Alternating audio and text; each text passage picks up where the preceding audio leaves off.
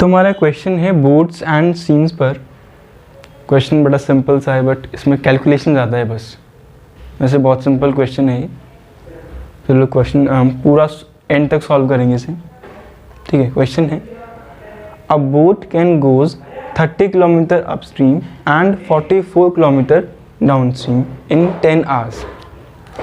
मतलब कि हमारे पास में जो एक रिवर है, ठीक है, ये रिवर है और रिवर में ये बोट है। जो बोट है वो कह रहे हैं कि 10 आवर्स में जो बोट है वो 30 किलोमीटर अपस्ट्रीम जा सकती है। अपस्ट्रीम माने अगर हमारा रिवर का डायरेक्शन इस साइड है तो बोट का direction must be opposite to the direction of the river. मतलब जो डायरेक्शन है बोट का वो इस साइड होना चाहिए अपस्ट्रीम जाने के लिए। तो कितना अपस्ट्रीम जा रही है वो 30 किलोमीटर अपस्ट्रीम। तो ये हो गया 30 किलोमीटर अपस्ट्रीम और डाउनस्ट्रीम जा रही है 44 किलोमीटर। डाउनस्ट्रीम माने in the if the boat is moving the direction of the river उसे बोलेंगे डाउनस्ट्रीम जा रही है। मैंने कितना डिस्टेंस वो जा रही है डाउनस्ट्रीम में 44 किलोमीटर। ठीक है, तो यहाँ पर अगर मैं बताऊँगा ये कि जो अगर मान लेते हैं कि जो बोट का जो स्पीड है इन स्टिल वाटर वो निकाल लें हमें। तो बोट इन स्टिल वाटर जो स्पीड है उसका वो हम मान लेते हैं u है। Speed of boat in still water हमने u लेट किया है और हमने यहाँ पे जो स्पीड है स्पीड ऑफ स्ट्रीम वो हमने यहाँ v मान ली है। ठीक है, u है speed of boat in still water और v है स्पीड ऑफ द स्ट्रीम। और अगर मुझे निकालनी है यहाँ पे जब वो डाउनस्ट्रीम जा रही है तो डाउनस्ट्रीम स्पीड कितनी है, तो यहाँ पे डाउनस्ट्रीम स्पीड जो आएगी वो मैं कैसे आएगी, दोनों को ऐड करके। मतलब रिवर का जो डायरेक्शन है उसका स्पीड भी इस डायरेक्शन में है और जो बोट है वो भी इस डायरेक्शन में जा रही है, तो उसकी डाउनस्ट्रीम स्पीड कितनी हो गई है, दोनों को ऐड करके वो है u प्लस v जो होगी डाउनस्ट्रीम स्पीड। अब हम बात करेंगे अपस्ट्रीम स्पीड के बारे में। तो अपस्ट्रीम स्पीड हम कैसे निकालेंगे, बोट की स्पीड इस डायरेक्शन में है और रिवर का जो डायरेक्शन है वो इस डायरेक्शन में है। तो बोट जो स्टिल वाटर में जो उसका जो स्पीड है उसमें से माइनस करेंगे ये जो रिवर का जो स्पीड है। तो यहाँ पे अपस्ट्रीम स्पीड आ जाएगी हमारे पास में speed of boat in still water minus में, क्योंकि ऑपोजिट डायरेक्शन में तो माइनस करेंगे इनको, सेम डायरेक्शन में तो इनको ऐड करेंगे। तो अपस्ट्रीम स्पीड है u माइनस में, जो स्पीड ऑफ स्ट्रीम है वो है u माइनस v।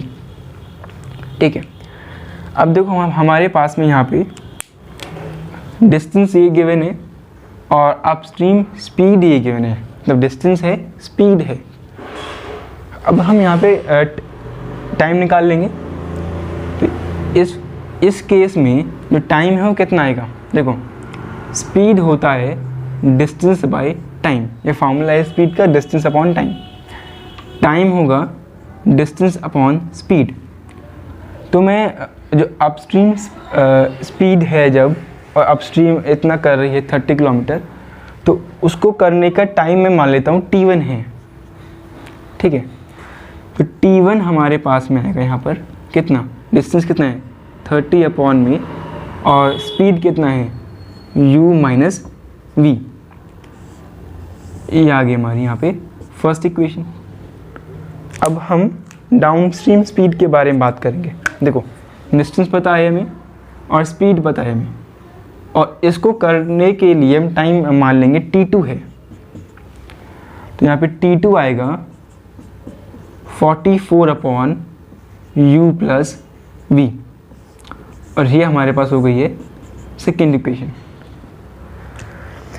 अब एक थर्ड इक्वेशन बनेगी यहाँ पे, क्या कि टाइम 10 आवर्स में ये पूरा जो प्रोसेस है पूरा हो रहा था। मतलब वो 44 किलोमीटर डाउनस्ट्रीम जा रही थी बोट और 30 किलोमीटर अपस्ट्रीम जा रही थी। तो पूरे 10 आवर्स में ये पूरा प्रोसेस हो रहा था। हमने क्या किया, अपस्ट्रीम के लिए अलग टाइम निकाला, डाउनस्ट्रीम के लिए अलग टाइम निकाला। तो यहाँ पे जो इक्वेशन बनेगी वो ये बनेगी कि जो t है वो किसके बराबर होगा, वो होगा t1 प्लस t2। मतलब दोनों प्रोसेस में, अपस्ट्रीम वाले में डाउनस्ट्रीम वाले में जो टाइम लिया है बोट ने, उन दोनों टाइम्स को ऐड करके जो टोटल टाइम आएगा वो 10 आवर्स है। बराबर में लिख देंगे 10 आवर्स। तो यहाँ पे हमारी इसको मान लेते हैं हम अपनी थर्ड इक्वेशन। अब हम क्या करेंगे, अब हम बोलेंगे, मतलब लिखेंगे यहाँ पे हम कि putting the value of t1 in t2 from equation 1 and 2 in equation 3। t1 का वैल्यू और t2 का वैल्यू हम यहाँ पे पुट करेंगे। तो यहाँ पे हम जब पुट करेंगे तो 10 बराबर 30 अपॉन u माइनस वी, ठीक है, ये होगा 30 upon u minus V plus 44 upon u plus V, ठीक है। ये हमारे पास में इक्वेशन आ गई है नंबर 4, ठीक है। अब यहाँ पे अब दूसरे केस में अब दूसरा टाइम दिया है कि टोटल टाइम 13 आवर्स में वो 40 किलोमीटर अपस्ट्रीम जा रही है और 55 किलोमीटर डाउनस्ट्रीम जा रही है। तो इसमें ही हम सेम ये वाली इक्वेशन बनाएंगे। तो एज इट इज़ मैं इसको लिख रहा हूँ, देंगे सिमिलरली क्या होगा, 13 बराबर टोटल टाइम है 13, और हम यहाँ पे पहले अपस्ट्रीम के लिए टाइम निकालेंगे कितना होगा, t1 डैश जो है, मान लें अपस्ट्रीम के लिए जो है वो t1 डैश है और डाउनस्ट्रीम के लिए कितना t2 डैश है। तो इक्वेशन क्या बनेगी, इक्वेशन यहाँ पे बनेगी हमारे पास में कि यहाँ पे t2 सॉरी t डैश, ये t है 10 आवर्स और t डैश मान लेते हैं 13 आवर्स है। सो t डैश बराबर में t1 dash plus t2 dash. जब टाइम हमारे पास में 13 आवर्स है तो ये इक्वेशन बनेगी, जैसे पहले ये वाली इक्वेशन बनी थी इक्वेशन 3, अब यहाँ पे इक्वेशन 5 बनेगी ये वाली, t डैश बराबर t1 dash plus t2 dash, equation 5 बन गई। अब यहाँ पे हम वैल्यूज पुट करेंगे t1 डैश का और t2 डैश का। t डैश कितना है हमारे पास, 13 आवर्स गिवन है हमें, तो 13 बराबर में t1 डैश कितना होगा, t1 डैश क्या है अपस्ट्रीम डिस्टेंस वाला, तो वो डिस्टेंस कितना कर रहा है अपस्ट्रीम में 40 किलोमीटर।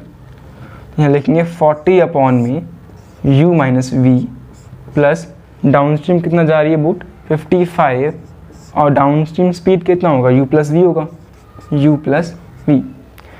बस ठीक है, ऐसे हम इसको इक्वेशन को सिमिलरली करके यहाँ लिख देंगे यहाँ पे। तो यहाँ पे इक्वेशन बन गई हमारे पास में कितनी, 6th इक्वेशन ये है। तो अब हम क्या करेंगे, अब देखो इक्वेशन को सॉल्व करना है बड़ा मुश्किल है, हमें u निकालना है v निकालना है। तो यहाँ पे इक्वेशन को ईजिली सॉल्व करने के लिए क्या करेंगे, हम यहाँ पे लेट करते हैं। जब भी इस तरह का क्वेश्चन हमारे सामने आएगा तो हम क्या करेंगे, लेट करेंगे कि 1 अपॉन u माइनस वी बराबर x है और 1 अपॉन u प्लस वी बराबर y है। ये हम यहाँ पे लेट करेंगे, ठीक है। मैंने लेट किया यहाँ पर, उसको मैं रब कर दे रहा हूँ।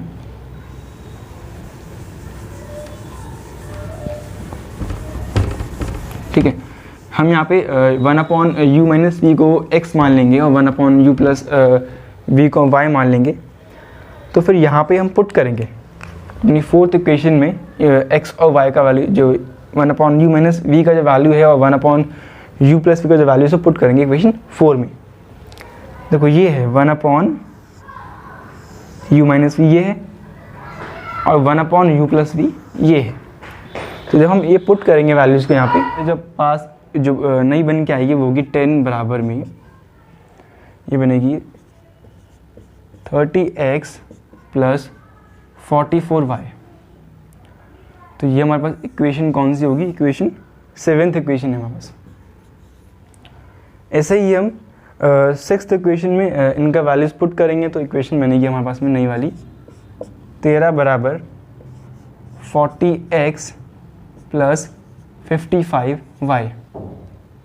ठीक है, ये इक्वेशन है हमारे पास में इक्वेशन 8।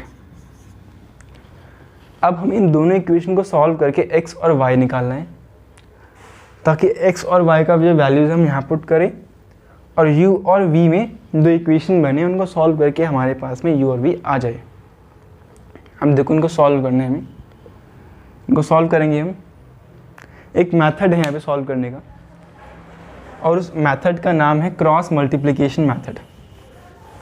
वो मेथड इम्पॉर्टेंट है। देखो ये जो इक्वेशंस हैं वो अदर मेथड से भी सॉल्व हो सकती हैं, बट उनसे सॉल्व करना थोड़ा कॉम्प्लिकेटेड हो जाएगा, मुश्किल हो जाएगा। सॉल्व तो उनसे भी हो जाएगा पर टाइम ज़्यादा लेगा वो सॉल्व करने में, इसलिए हम जो ऐसा मेथड जो कम टाइम में इनको सॉल्व कर दे वो यूज़ कर रहे हैं यहाँ पे। और वो मेथड है क्रॉस मल्टीप्लिकेशन मेथड। तो वो इक्वेशन को हम रीराइट कर रहे हैं इधर। तो ये इक्वेशन है 30x प्लस 44y माइनस 10 बराबर 0। दूसरी इक्वेशन है 40x प्लस 55y माइनस का 13 बराबर में 0।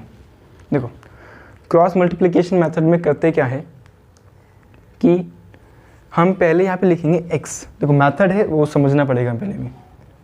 ऊपर लिखा ये लाइन कह दी, न्यूमरेटर में लिखेंगे x, और जो x वाली जो टर्म्स हैं उनको छुपा लेंगे यहाँ पर। छुपा लिया। अब क्या होगा, छुपाने के बाद हम जो y का जो कोफिशिएंट है b का मल्टीप्लाई c से होगा, माइनस साइन आएगा, और फिर ये b का मल्टीप्लाई इस c से होगा। तो ये b1 है, ये b2 है, ये c1 है, ये c2 है। तो यहाँ पे x लिखा, b1 c2 माइनस होगा b2 c1, यहाँ पे लिखेंगे हम यहाँ पर। तो 44 का मल्टीप्लिकेशन होगा c2 से जो माइनस 13 है, माइनस साइन। अब b2 का मल्टीप्लाई होगा c1 से, और c1 है हमारे पास माइनस का 10 बराबर में। अब लिखेंगे y अपॉन में। अब हम यहाँ पे y वाली टर्म को छुपा लेंगे, और यहाँ पे जो ये x का जो कोफिशिएंट है, मतलब जो a1 और a2 हैं और ये c1 c2 हैं, इनका मल्टीप्लाई करेंगे जैसे हमने यहाँ पर किया था। इनको मल्टीप्लाई करने के बाद आएगा 30 का मल्टीप्लाई होगा माइनस 13 से, 30 multiply minus 13, minus sign, minus हमेशा आएगा बीच में यहाँ पर, माइनस साइन। और a2 का मल्टीप्लाई होगा c1 से, तो ये हो गया 40 मल्टीप्लाई माइनस का 10, और बड़ा ब्रैकेट, और बाहर आएगा माइनस का साइन। ये माइनस का साइन बाहर आएगा, ठीक है। ये एक्चुअली मेथड है जो सीखना है हमें बराबर में, ठीक है। यहाँ पे 1 लिखेंगे, 1 अपॉन में। अब जो कांस्टेंट टर्म है उनको छुपा लेंगे, और a1 b2 minus a2 b1 लिखेंगे यहाँ पर। तो a1 b2 कितना होगा, 30 multiply 55 minus sign 40 multiply 44, 40 multiply में 44, ठीक है। तो इसको यहाँ पे हम सॉल्व करेंगे। अब x अपॉन में कितना आएगा, 572 नेगेटिव का होगा, माइनस माइनस प्लस होगा, ये 550, ठीक है, बराबर में y अपॉन में। देखो माइनस साइन बाहर है, माइनस साइन बाहर है इसकी, ये बड़ा ब्रैकेट है। इन दोनों को मल्टीप्लाई करेंगे तो आएगा 390, नेगेटिव का आएगा, माइनस माइनस प्लस होगा, प्लस का आएगा 400, बराबर में 1 अपॉन में। 1 अपॉन में क्या आएगा, इसका मल्टीप्लाई करेंगे हम तो कितना आएगा, ये आएगा 1650 माइनस में, और ये आएगा हमारे पास में, ये आएगा 1760, ठीक है। ये ऐसे होगा, ये यहाँ पे सॉल्व करके ये आ जाएगा यहाँ पर। तो यहाँ पे x अपॉन में ये कितना होगा, x अपॉन 22 आएगा, माइनस का x अपॉन माइनस का 22 आएगा, बराबर y अपॉन में ये होगा प्लस का 10, ठीक है, बराबर 1 अपॉन में ये आएगा हमारे पास में कितना 110। तो हमारे पास में ये इक्वेशन आ गई है। अब इसको हम आगे सॉल्व करेंगे तो देखो ये तीनों आपस में सारे इक्वल हैं। अब मैं केस 1 और केस 2 दो केसेस फॉर्म होंगे यहाँ पर। पहले केस में हम केस 1 जो है उसमें हम इसको इसके बराबर पुट करूँगा, तो यहाँ से हम x निकाल लेंगे, तो x अपॉन माइनस का 22, ठीक है, बराबर 1/110। तो यहाँ पर x आएगा कितना, ये आएगा माइनस का, यहाँ पे ये माइनस का है, तो यहाँ पे आएगा कितना 1/10 माने 1/5। तो x का वैल्यू आ गया है 1/5। ऐसे ही हम यहाँ पे मैं यहाँ कर रहा हूँ ऊपर। केस 2 जो होगा, केस 2 में हम क्या करेंगे, इस वैल्यू को और इसको इक्वल करेंगे, तो y/10 बराबर में होगा कितना 1 अपॉन में, देखो ये माइनस का होगा, ठीक है, 1 अपॉन माइनस का 10, y अपॉन माइनस का 10 बराबर 1 अपॉन माइनस 110 होगा। तो यहाँ पे हमारे पास में जो y का जो वैल्यू है वो आएगा y बराबर में, इससे ये हुआ, इससे ये कैंसिल हुआ, 1/11। तो y आ गया 1/11 और x आ गया 1/5। अब हमने जो लेट करे थे यहाँ पर कि x का जो वैल्यू है 1/u माइनस v है और y का वैल्यू है 1/v प्लस v। तो यहाँ पर हम x और y के वैल्यूज़ को यहाँ पे पुट करेंगे। तो after putting the values of x and y in these equations, तो क्या होगा हम देखते हैं। हम पुट करेंगे तो यहाँ पे 1/u माइनस v बराबर है x के, और x कितना है 1/5 है। तो यहाँ इक्वेशन बनेगी u माइनस v बराबर 5। ये हमारी इक्वेशन बन गई। फिर हम यहाँ पे y का वैल्यू पुट करेंगे यहाँ पर, तो u प्लस v बराबर 11 होगा, ठीक है। इसको 5 को मैं उधर लाऊंगा तो बनेगा ये माइनस का 5 बराबर 0, बनेगा माइनस का 11 बराबर 0। इनको हम सॉल्व करेंगे तो इससे ये कैंसिल होगा, ठीक है। u प्लस u होगा 2u, ठीक है, माइनस का 16 बराबर 0, u आ जाएगा 8 किलोमीटर पर आवर। मतलब कि जो speed of boat in still water है वो 8 किलोमीटर पर आवर है। और हम यहाँ पे u का वैल्यू किसी भी एक इक्वेशन में पुट करने के बाद v निकाल लेंगे, और v कितना आएगा मान लो इसमें पुट कर रहे हैं हम, तो 11 माइनस में 8 बराबर 3 किलोमीटर पर आवर। तो यहाँ पे हम इसे पूरा सॉल्व करके speed of boat in still water and speed of stream जो है वो निकाल लेंगे 8 और 3। तो ऐसे हम पूरा क्रॉस मल्टीप्लिकेशन मेथड का यूज़ करते हुए ये u और v यहाँ पे कैलकुलेट हो जाएंगे यहाँ पर।